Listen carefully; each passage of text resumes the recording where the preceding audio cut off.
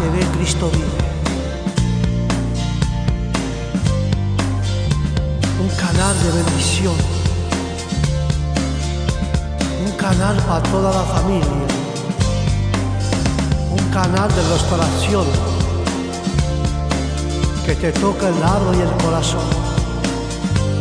En YouTube, canal TV Cristo Vive.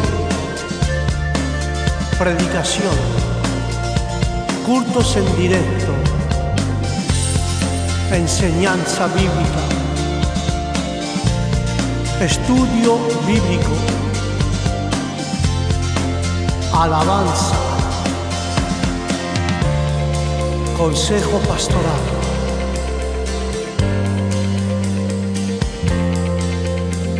Adoración, oración, lectura bíblica.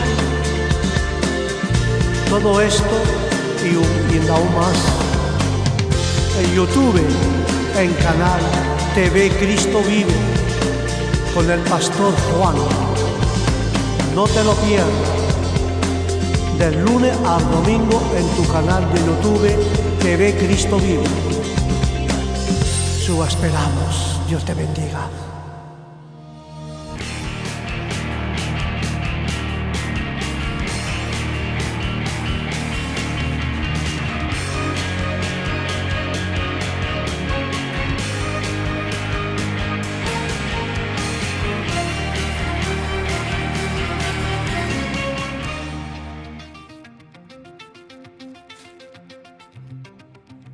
Église, Christ vit en moi.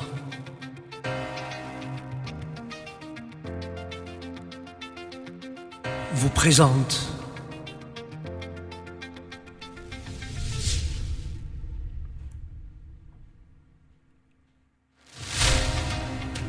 le mot de Dieu.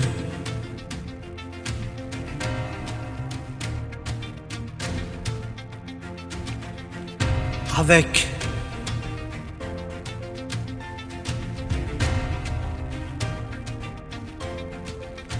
le pasteur Jean.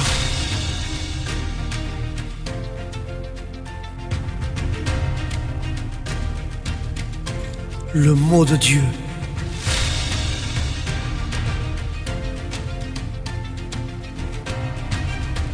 Un mot de restauration.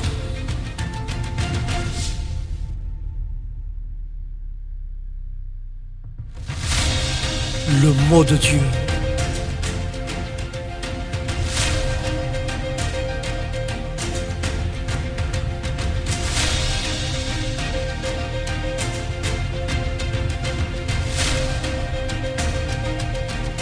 Un mot d'exhortation. N'oublie pas le mot de Dieu avec le pasteur Jean. Nous vous attendons. Église Christ vit en moi. Dieu vous bénisse.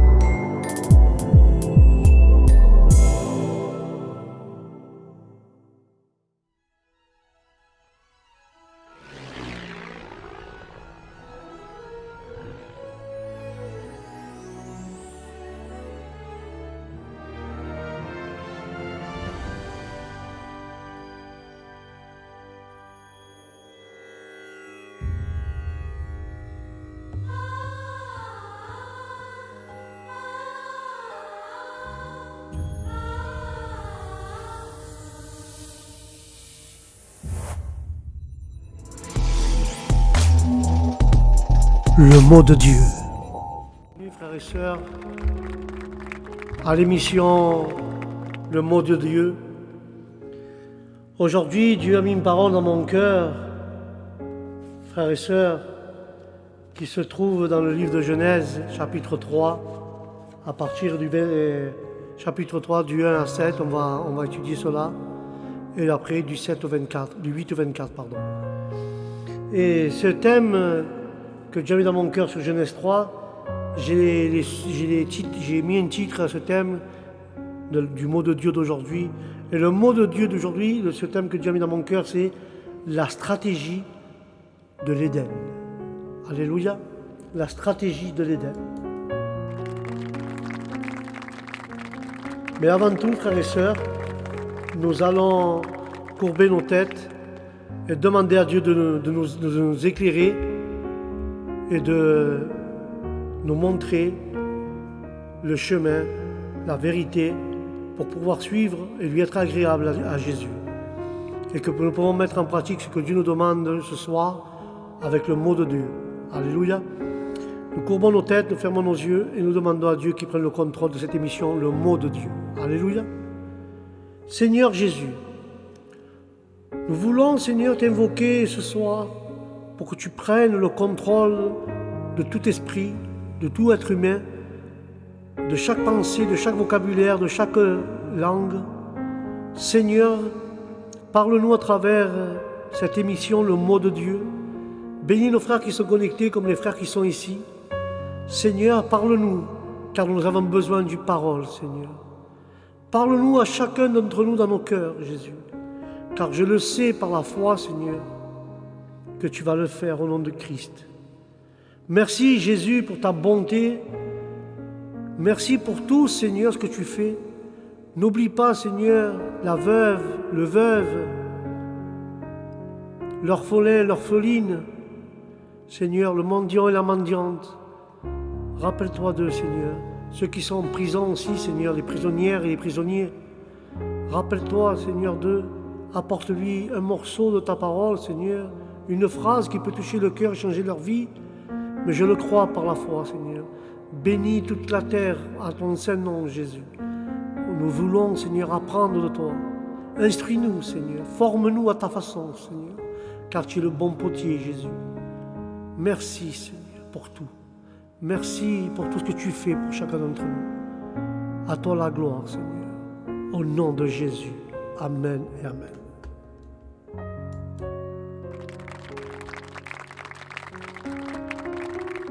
Ceux qui ont une Bible, frères et sœurs, je ne vais pas lire toute la Bible entière, mais je vais lire quelques versets.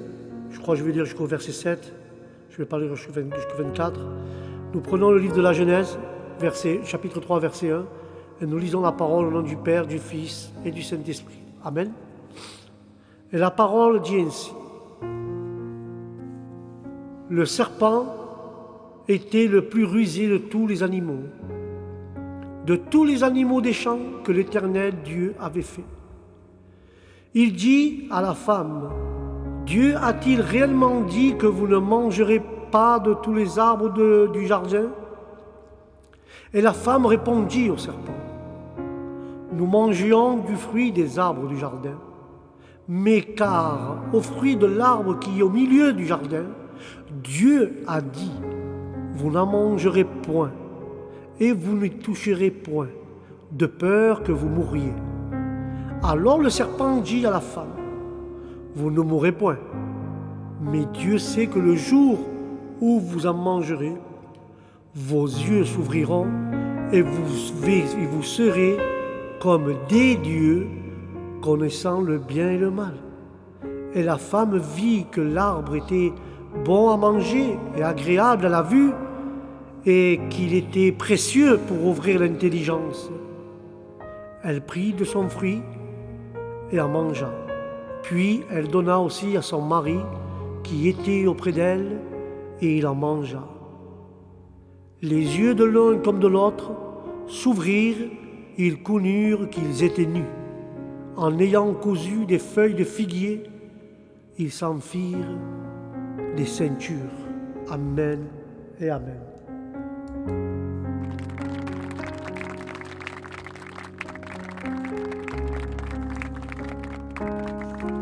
Là, nous voyons, frères et sœurs,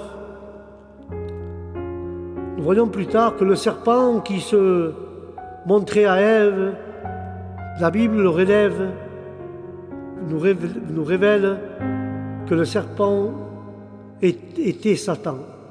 Satan en personne. Et selon ceux qui cherchent à dérectifier la Bible, ce récit, frères et sœurs, ce récit parle de la chute, est une allégorique et qui ne devrait pas être interprétée littéralement. Mais en guise de preuve, il cite le fait que le serpent parle. La séduction de Ève par le serpent peut être acceptée comme véridique. Oui, d'après à la fois l'apôtre Paul dans 2 Corinthiens 11, 3, il est écrit, mes frères et sœurs, « Toutefois, de même que le serpent séduisit Ève par sa ruse, je crains que vos pensées ne se corrompent et ne se détournent pas de la simplicité à l'égard de Jésus. »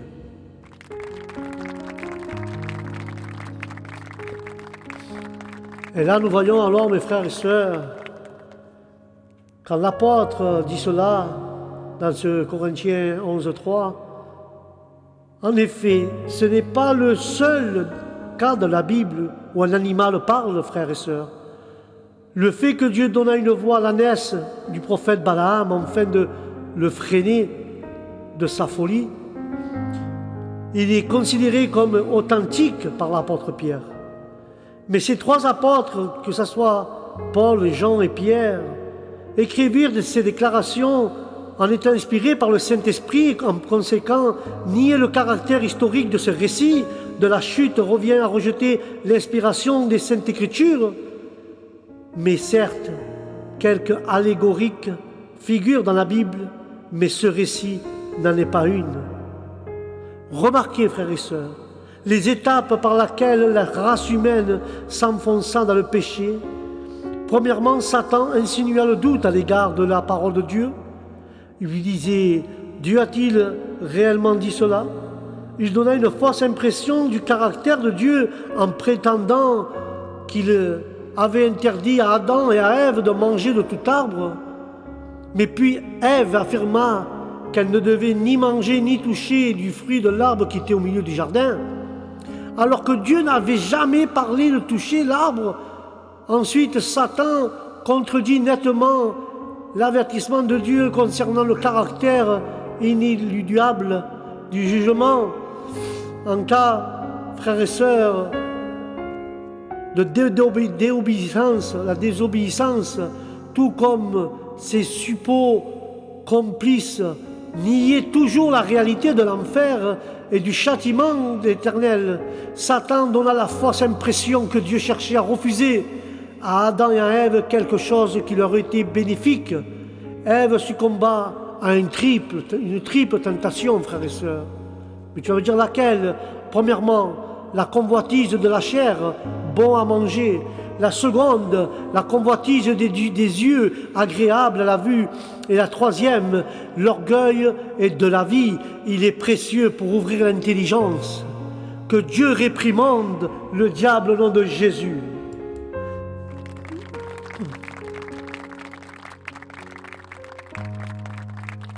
En agissant ainsi, elle fit un acte d'indépendance vis-à-vis d'Adam et de son chef en pas le consultant.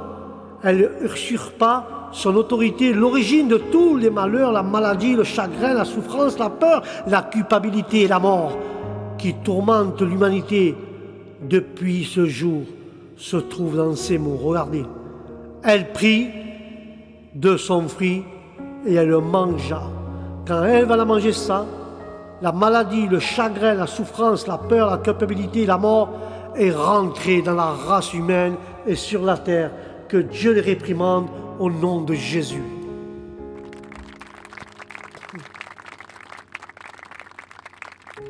Quelqu'un a déclaré la ruine de la terre et des milliards de tombeaux attestent que Dieu est vrai et que Satan est menteur.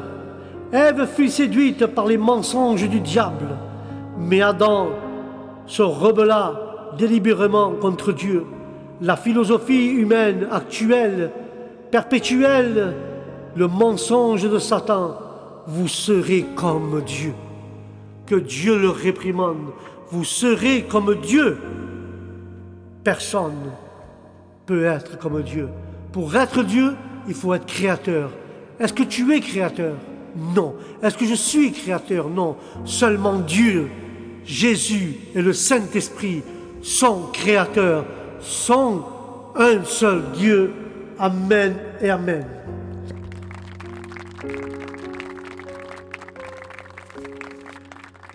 Et quand il dit cette phrase, frères et sœurs, est-ce que vrai que Dieu vous a dit « Vous devez manger aucun fruit du jardin » Toute stratégie de l'ennemi du Seigneur tient dans une petite phrase, frères et sœurs, qui révèle sa stratégie.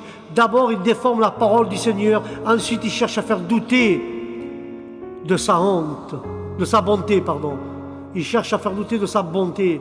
Ces trois actes pour décrire le passage du projet initial du Créateur à la condition humaine que nous connaissons, la séduction, l'interrogation et les conséquences. Assistons-nous aujourd'hui au premier acte, commençant par passer en revue les acteurs. Premièrement, le serpent, frères et sœurs. Dans la plupart des cultures, il symbolise la ruse et connaissant le rival, celui qui sait mieux, il représente donc parfaitement le rival du Seigneur. Le texte précise que lui aussi est une créature, donc il n'est pas un autre Dieu. Satan, il paraît que nous, c'est Dieu qui l'a créé. Satan n'est pas créateur. Satan, il ne peut rien créer. Il est la créature de Dieu. C'était un ange de lumière prêt avec des perles précieuses. Dieu l'a créé. Un ange très beau, très joli et précieux. Satan n'est pas un créateur. Pour être créé, Dieu, il faut être créateur. Satan n'est pas ni créateur. S'il aurait été créateur, il serait un autre Dieu. Mais comme il n'est pas créateur, il n'est pas Dieu. Il n'y a qu'un seul Dieu. Celui-là, il est notre créateur. C'est lui qui a créé le ciel, la terre, tout ce que nous voyons. Il nous a créé à moi, à toi, à tous les gens qui sont sur la terre. Puis même au diable, il a créé. Que Dieu le réprimande. Le seul vrai créateur, c'est Jésus. Puis nous voyons la femme. Elle se montre sensible aux paroles du serpent et capable de lui répondre, car elle connaît bien l'interdit de l'arbre de la connaissance du bien et du mal. Mais toutefois, mystérieusement, elle cède très vite et l'a tiré du pouvoir du fruit défendu. Notez aussi que c'est elle qui donne le fruit à son mari. Et nous voyons le troisième personnage qui est l'homme. L'homme, il est présent auprès de sa femme. Il cède à sa discussion et ce n'est guère à son honneur. A-t-il oublié son rôle de gardien? En tout cas, il se montre très vulnérable. Puis nous voyons la séduction, frères et sœurs. Notons que jusqu'à là, Adam et Ève respectaient sans problème l'interdit. Le fruit défendu ne leur était devenu désirable que sous l'influence du doute introduit par le séducteur. Jusqu'en effet, ils acceptèrent les limites que le Seigneur leur demandait de respecter. Mais l'idée de surplus de connaissances et de pouvoir leur a fait miroiter une nouvelle identité. Il serait le plus des simples humains, limité des images de Dieu, mais des dieux indépendants. Ils voulaient méditer. Mais la dépendance de Dieu ne suffit-elle pas? Ou l'idée d'en faire qu'à ma tête pourrait-elle me séduire? Que Dieu réprimande. Nous ne devons pas faire à notre tête, mais nous devons faire à la volonté de Dieu et à ce que la Bible nous enseigne au nom de Jésus.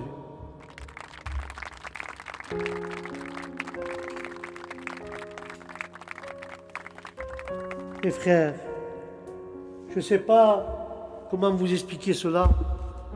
Excusez-moi.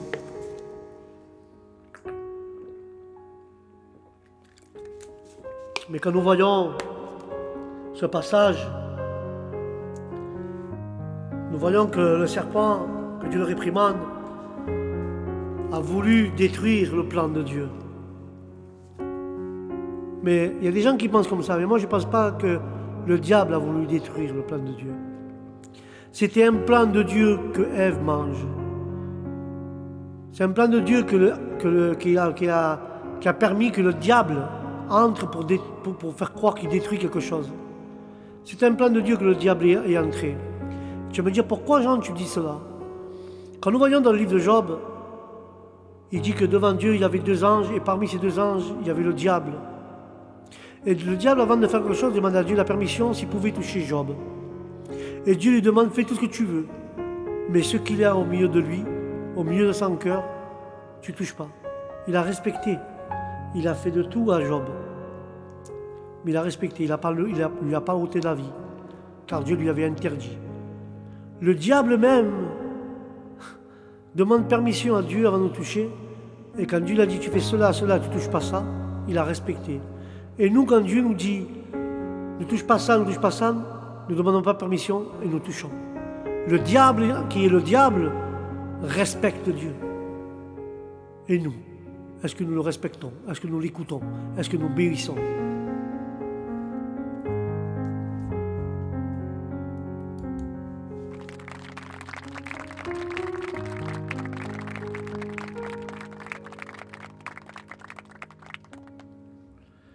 Nous le voyons, frères et sœurs,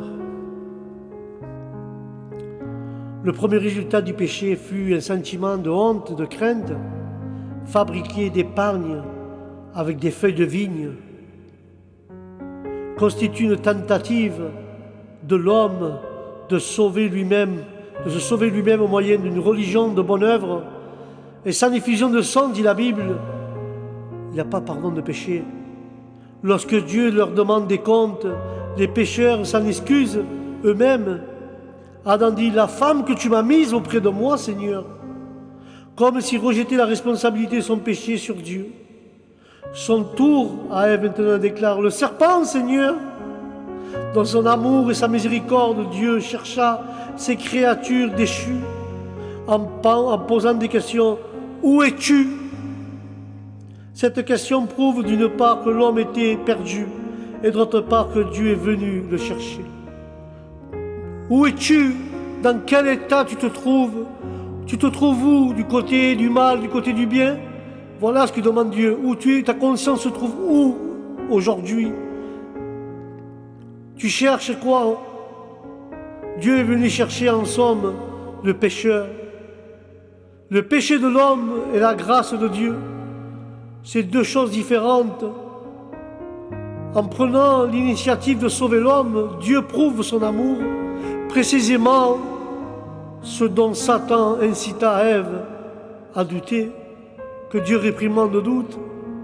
Mais l'éternel Dieu s'infligea au serpent la malédiction et la dégradation de la disgrâce et de la défaite, le fait que le serpent fut maudit entre tous les bêtes, entre tous les animaux des champs, suggère que cette malédiction visait principalement les reptiles plutôt que Satan lui-même.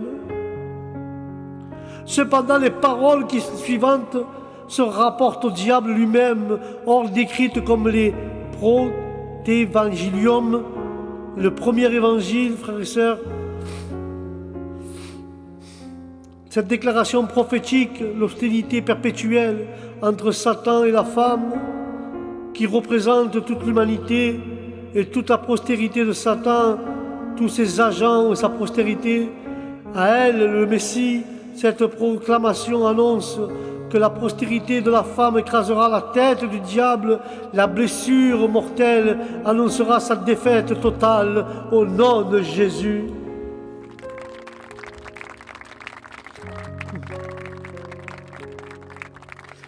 Mais cette blessure, frères et sœurs, cette blessure fut administrée au calvaire quand le Seigneur a vaincu de manière décisive le diable. À son tour, Satan blessera le talon du Messie, blessure annoncée ici, sa souffrance en même temps sa mort, mais non sa défaite finale. Ainsi, frères et sœurs, Christ a souffert sur la croix, même mouru, mais il ressuscitera des morts et a vaincu le péché de l'enfer et de Satan au nom de Jésus.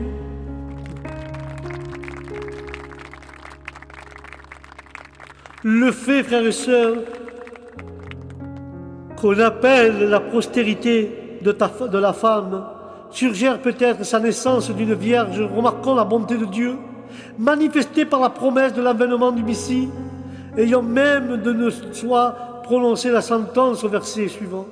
Le péché entraîne des conséquences inéquitables. La femme fut condamnée à souffrir en accouchant et subir les dominations de son mari. L'homme fut condamné à gagner sa vie au moyen du sort désormais maudit, et que ce qui produit des épines et des ronces, entraînement par leur peine et sueur. Ensuite, la fin de sa vie, il retournera dans la terre. Alléluia.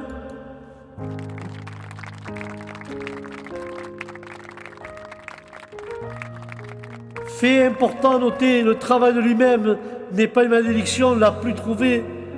La plus souvent été une bénédiction, ce sont la tristesse et la peine et la frustration et la transpiration et la lassitude, frères et sœurs, et l'association au travail qui constitue une malédiction. Adam fit preuve de foi en donnant à sa femme le nom d'Ève, la mère de tous les vivants. Car aucun, frères et sœurs, j'ai bien dit aucun, envahi n'était encore né en ce moment. Ensuite, en faisant sacrifice d'un animal, Dieu leur fournit des habits de peau, figure de la robe de la justice, fournir aux pécheurs coupables par le sang versé de l'agneau de Dieu, justice réussie par la foi en Christ. Alléluia.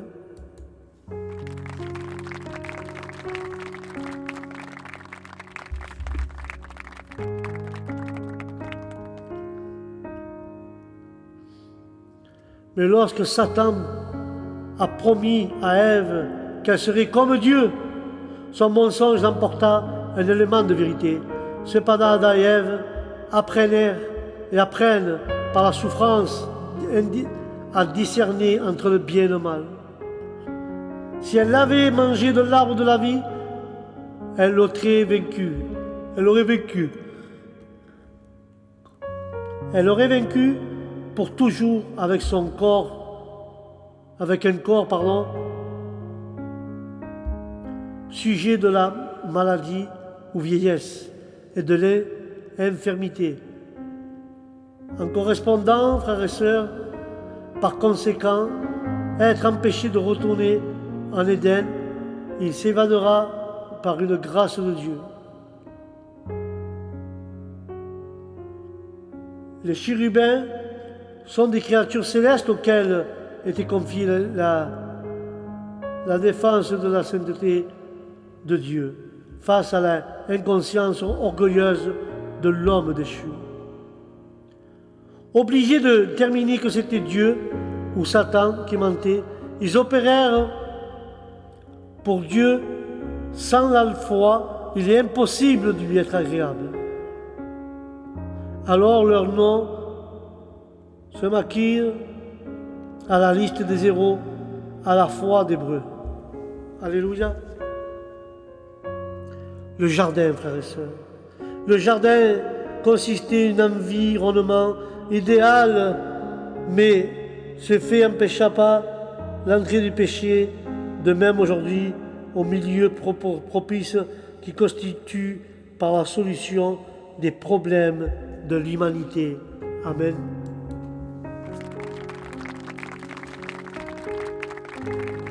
La gloire est à toi, Jésus.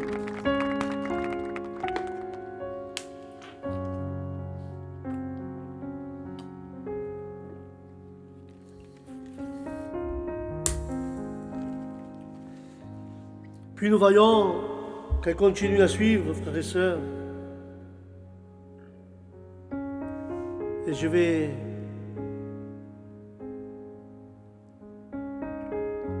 lorsque Satan avait dit qu'elle connaîtrait le bien et le mal, il n'a pas menti là. Nous connaissons le bien et le mal. Mais je vais conclure avec cela, frères et sœurs. Regardez.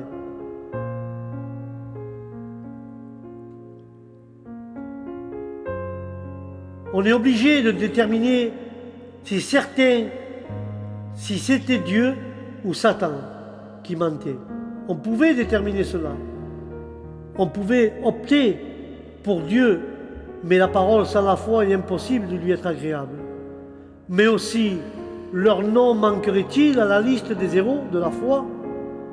Le jardin d'Éden constituait, frères et sœurs, un environnement idéal, mais ce qui n'empêche pas l'entrée du péché.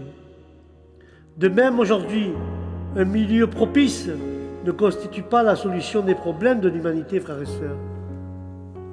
Nous pouvons être au milieu de tout, mais le péché ne manque pas, Seigneur. Le péché ne peut pas rentrer dans les cieux. Le péché ne peut pas rentrer où il y a Dieu. Le pécheur peut rentrer, mais le péché ne peut pas rentrer dans les cieux. Alléluia.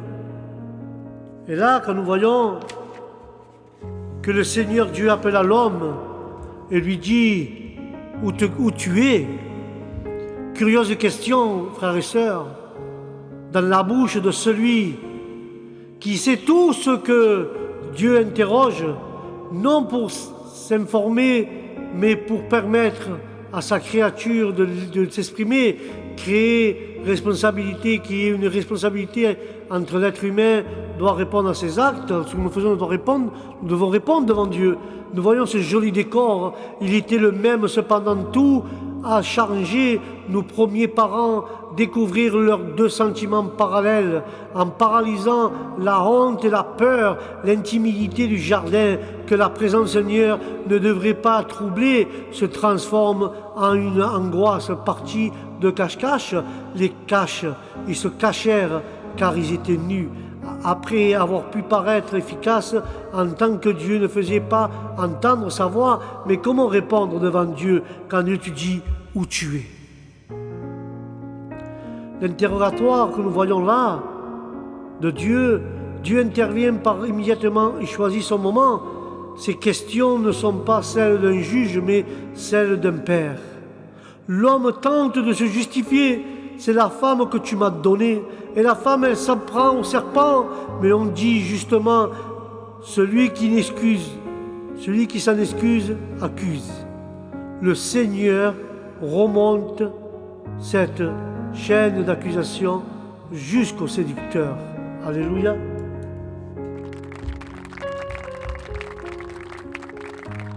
Nous voyons les conséquences de cela. Puis le Seigneur explique en détail en quoi consiste la conséquence de ce choix. Souffrance de peine au cœur même des vocations féminines, masculines. Pour la femme, son privilège maternel se complique. Le texte hébreu dit libéralement « j'augmenterai ta grossesse ». Par d'ailleurs, frères et sœurs, le surplus de pouvoir qui était apparu et désirable se transforme en domination de l'homme sur la femme. Pour l'homme, le travail aurait dû être d'une sorte de jeu. Agréable devient un devoir pénible. Pour les deux, c'est la perte du lieu de la vie idéale. L'errance est la nostalgie du bonheur perdu. Le sport est bien compris et en retour à un travail en forme de jeu. Ce n'est pas étonnant, frères et sœurs, par ceux qui ont le plus fait pour le développement du sport du siècle pour passer, même les chrétiens sont convaincus au nom de Jésus. Quelle stratégie, frères et sœurs, quelle stratégie il y avait dans le jardin de l'Éden. Je veux t'animer d'ici. Dieu, frères et sœurs, Dieu te dit, il te parle. Ne te cache pas devant la face de Dieu, car à Dieu tu ne se prends pas, il sait que tu as péché. Mais Dieu te demande, où es-tu? Car Dieu veut te donner l'opportunité, frères et sœurs. Il veut te donner l'opportunité pour t'approcher de lui, pour lui demander pardon. Car aujourd'hui, la grâce est toujours là. Mais demain, où sera-t-elle la grâce? Elle sera partie quitter de la terre. Mais aujourd'hui, tu as l'opportunité de dire, Seigneur, j'ai mangé du fruit défendu. Je n'étais pas consulté, tu ne m'as pas donné la permission, Seigneur. Tu m'as dit, le jour où je mangerai, il me viendra du chagrin, des maladies, ma maison ne sera pas bien. Mais aujourd'hui, le Seigneur te fait rappeler cela. Viens au pied du Christ, viens au pied de la croix, car Jésus veut te nettoyer, te purifier, te pardonner. Pour ça que Dieu a dit, je crains que vos pensées ne se corrompent et se détournent de la simplicité à l'égard de Dieu. Dieu est grand, Dieu est puissant, frères et sœurs. Que la paix de Dieu soit dans vos cœurs, mais celui qui a besoin de Dieu, ce soir Dieu te dit, ne te cache plus, je connais ton péché, mais découvre-le, que je puisse te nettoyer, te purifier et nettoyer tout cela. Mais celui qui écoute la voix du diable, que Dieu le réprimande, sera perdu pour l'éternité. Mais celui qui revient en lui-même, c'est vrai Seigneur que j'ai touché des choses qu'il ne fallait pas toucher et tu l'as reconnu devant la présence de Dieu, Dieu va te donner. Il va te poser la question, où es-tu? Tu vas dire, je suis là Seigneur, pourquoi te caches-tu? J'ai péché, j'ai honte, et tu déballes ton péché. Et ainsi Dieu te pardonnera. Au nom de Jésus. Amen et amen.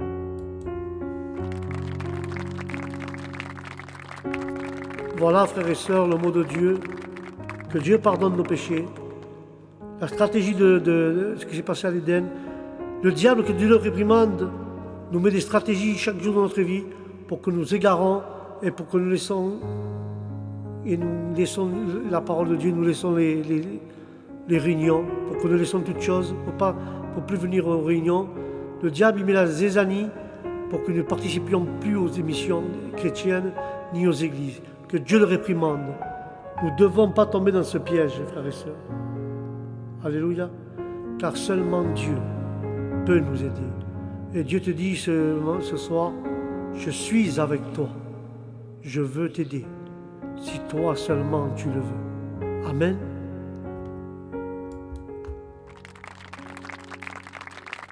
Veux-tu que Jésus t'aide? Alors, lève ta main d'où tu te trouves et je vais prier pour que Dieu pardonne tes péchés et te donne de la force pour suivre et te nettoyer tes mauvaises pensées au nom du Christ. Amen.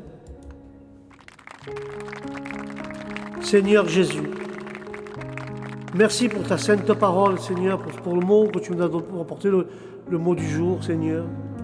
Tu nous as parlé du péché, Seigneur, de ne pas le cacher, de ne pas nous le cacher à ta vue, Seigneur, car tu le sais. Tu es un Dieu qui sait le présent, le passé, le futur. Nous ne pouvons pas te tromper, Seigneur. Mais apprends-nous, Seigneur, comment l'enlever et point le cacher, Seigneur. Je me suis caché parce que j'ai péché, j'ai fait du mal à Dieu. Je veux pas que personne ne sache. Mais je ne te parle pas de cela. Ton péché caché, tu peux le garder. Tu lui dis simplement à Dieu, avec tout ton cœur, toute ton âme, tout ton esprit. Je le crois par la foi, Seigneur, que tu vas le faire au nom de Jésus, que tu vas nettoyer ces cœurs, les mains qui se sont levées, Seigneur, que ça soit derrière Internet ou que ce soit ici. Bénis-les, Seigneur, fortifie-les, Jésus, car toi seul as le pouvoir de le faire. Merci, Adonai. Merci pour tout, Seigneur. Bénis tout le monde, au nom de Jésus. Amen et amen.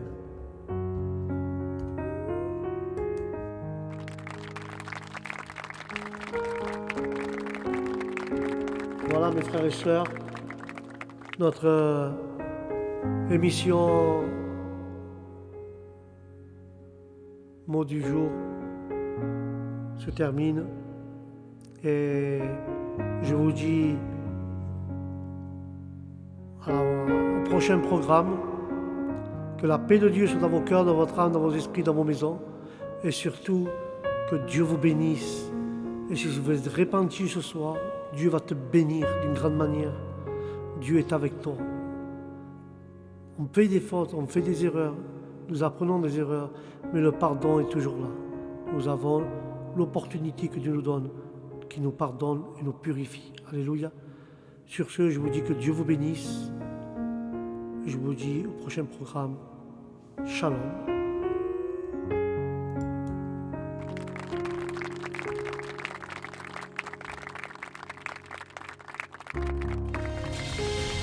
Église Christ vit en moi. Dieu vous bénisse.